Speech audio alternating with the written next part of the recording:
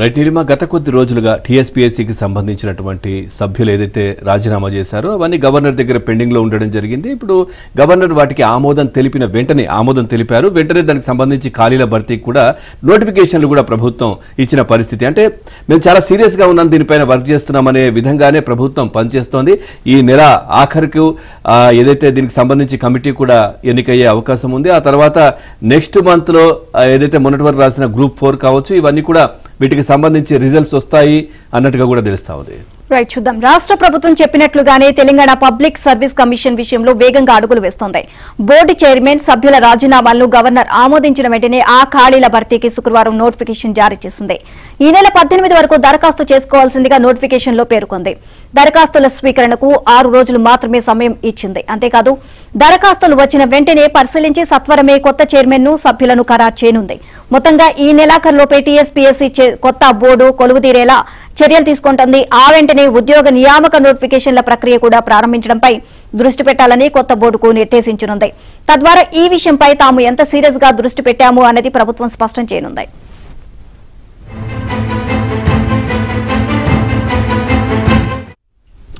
కొత్త కమిటీ ఏర్పడిన వెంటనే ముందుగా గ్రూప్ పరీక్షలపై టీఎస్పీఎస్సీ దృష్టి పెట్టేలా ప్రభుత్వం మార్గనిర్దేశం చేయనుందని సమాచారం. తెలంగాణ రాష్ట్రం ఏర్పడిన తర్వాత గ్రూప్ 1 పోస్టుల భర్తీ కోసం గతంలో 2 సార్లు పరీక్ష నిర్వహించినా అవి రద్దయ్యాయి. ఒకసారి పేపర్ లీకేజీతో రద్దు కాగా మరోసారి బయోమెట్రిక్ తీసుకోని కారణంగా హైకోర్టు రద్దు చేసింది. దీనిపై అప్పటి కమిషన్ సుప్రీంకోర్టుకు వెళ్లింది. దీంతో న్యాయస్థానం తీర్పు అనంతరం దీనిపై నిర్ణయం తీసుకోనున్నారు.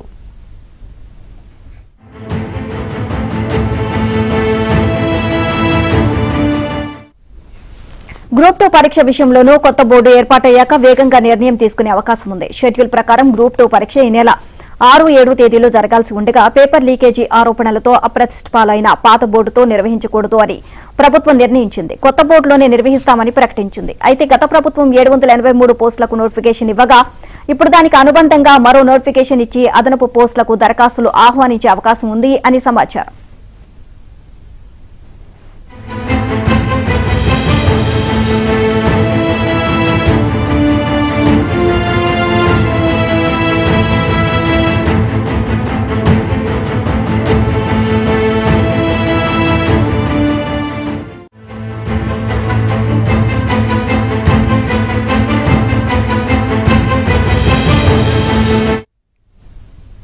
ఇక టీఎస్పీఎస్సీ చరిత్రలో ఎన్నడూ లేని విధంగా గత ప్రభుత్వం తొలిసారి గ్రూప్ 3 పరీక్షల నోటిఫికేషన్ను విడుదల చేసింది.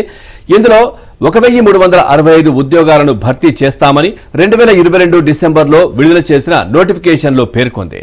ఈ ఉద్యోగాలకు 2023 ఫిబ్రవరి 23తో దరఖాస్తుల గడువు పూర్తయింది. వేలాది మంది దరఖాస్తు చేసుకున్నారు. దీనిపైన కొత్త ప్రభుత్వం వెంటనే నిర్ణయం తీసుకునే అవకాశాలున్నాయి. ఇక గ్రూప్ 4 కింద 8039 పోస్టులకు పరీక్షలు పూర్తయినా ఫలితాలను ఇంకా వెల్లడించలేదు. దీనిపై కూడా కొత్త కమిషన్ సత్వరమే నిర్ణయం తీసుకునే అవకాశం ఉంది. గ్రూప్స్ పరీక్షల అనంతరం ఇతర పోస్టుల భర్తీపైన టీఎస్పీఎస్సీ దృష్టి సారించనుంది. ఇదే అంశానికి సంబంధించి మరిన్ని అప్డేట్స్ మా కరెస్పాండెంట్ సిద్ధార్థని అడిగి తెలుసుకుందాం. సిద్ధార్థ, టీఎస్పీఎస్సీ సభ్యులకు నియామకానికి సంబంధించి ఎక్కడికక్కడ నోటిఫికేషన్లు ఇచ్చింది. సో దీనికి సంబంధించి అప్డేట్స్ ఏంటి? కమిషన్ చైర్మన్ సభ్యుల యొక్క రాజీనామాలు గవర్నర్ ఆమోదించడంతో టీఎస్పీఎస్సీపై ప్రభుత్వం పూర్తి స్థాయి దృష్టి పెట్టింది. దాంట్లో భాగంగా నిన్న నోటిఫికేషన్ కూడా జారీ చేసింది. సభ్యులు కమిషన్ చైర్మన్ కి ఉండాల్సినటువంటి అర్హతలతో ఒక నోటిఫికేషన్ ఇచ్చి 18 వరకు ఎవరైతే అర్హులు ఉన్నారో వాళ్ళు అప్లై చేసుకోవాల్సిందిగా కోరింది.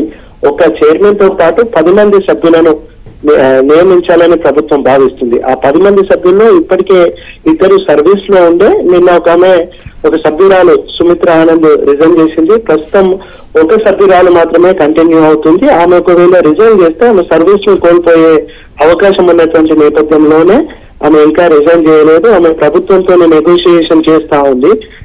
ఆమె విషయంలో ప్రభుత్వం కన్సిడర్ చేస్తారా లేదంటే పూర్తిగా పాత బోర్డులో ఏ సభ్యుని కూడా ఉంచుకోవద్దని ప్రభుత్వం భావిస్తుందా అనేది ఈ రోజు తెలిసే అవకాశం ఉంది. ఇక చైర్మన్ గా ఎవరినైతే బాగుంటుంది అని ప్రభుత్వం కసరత్తు చేస్తుంది. కొంతమంది ప్రొఫెసర్ల పేర్లను కూడా పరిశీలిస్తున్నట్టు తెలుస్తా ఉంది. ఇటు బోధన రంగంలో అదేవిధంగా అడ్మినిస్ట్రేషన్ రంగంలో ఎవరైతే నిష్ణాతులు ఉన్నారో ఎవరైతే ఎక్స్పర్ట్స్ ఉన్నారో వాళ్లకు టీఎస్పీఎస్సీ చైర్మన్ గా అదేవిధంగా చైర్మన్ గా అవకాశం కల్పిద్దామని ప్రభుత్వం భావిస్తుంది.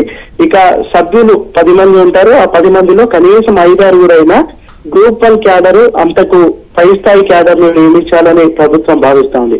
గతంలో టీఎస్పీఎస్సీ కేవలం రాజకీయ పునరావాస కేంద్రంగా మారిందని, దాన్ని రివ్యూ చేస్తామని కాంగ్రెస్ పదే చెప్పింది. ఇక అధికారంలోకి వచ్చిన తర్వాత టీఎస్పీఎస్సీ పై సీఎం రేవంత్ రెడ్డి సమీక్ష నిర్వహించారు. ఏవైతే ఒక పారదర్శకంగా పనిచేస్తుందో అనే అంశానికి సంబంధించి ఇప్పటికే పలువురు ఎక్స్పర్ట్స్ ని కలిసి ఒక అంచనాకు వచ్చారు. ఇటీవల యూపీఎస్సీ చైర్మన్ కూడా కలిశారు. టీఎస్పీఎస్సీ పారదర్శకంగా ఉండాలంటే, ఎలాంటి తప్పులు జరగకుండా ఉండాలంటే ఎలాంటి జాగ్రత్తలు తీసుకోవాలని యూపీఎస్సీ చైర్మన్ నుంచి కొన్ని ఇన్పుట్స్ తీసుకున్నారు. దాంట్లో భాగంగానే టీఎస్పీఎస్సీ కూర్పు ఉండబోతుంది. దావోస్ పర్యటన తర్వాత రేవంత్ రెడ్డి 20వ తారీఖు వస్తారు. దాని తర్వాత టీఎస్పీఎస్సీ కి సంబంధించి ఒక కీలకమైన నిర్ణయం తీసుకొని ఉన్నారు. ఇక వెళ్లేటప్పుడే అధికారులకు ఎవరైతే ఎక్స్పర్ట్స్ ఉన్నారో ఏ యూనివర్సిటీలో ఎవరెవరికి ఎలిజిబుల్ ఉంది అనే విషయాలను ఇన్పుట్స్ తీసుకోవాలి. తాను వచ్చే వరకు లిస్టును ప్రిపేర్ చేయాల్సిందిగా అధికారులను ఆదేశించారు. సీఎం విదేశీ పర్యటన నుంచి రాగానే టీఎస్పీఎస్సీకి సంబంధించి కొత్త బోర్డు నియామకమవుతుంది. ఆ బోర్డుతోనే రానున్నటువంటి భవిష్యత్తులో ఇటు ఎగ్జామ్స్ కండక్ట్ చేయడం కానీ, పాత రిజల్ట్ ఇవ్వడం కానీ, కొత్త నియామకాలు కానీ ఇవన్నీ చేపట్టారు.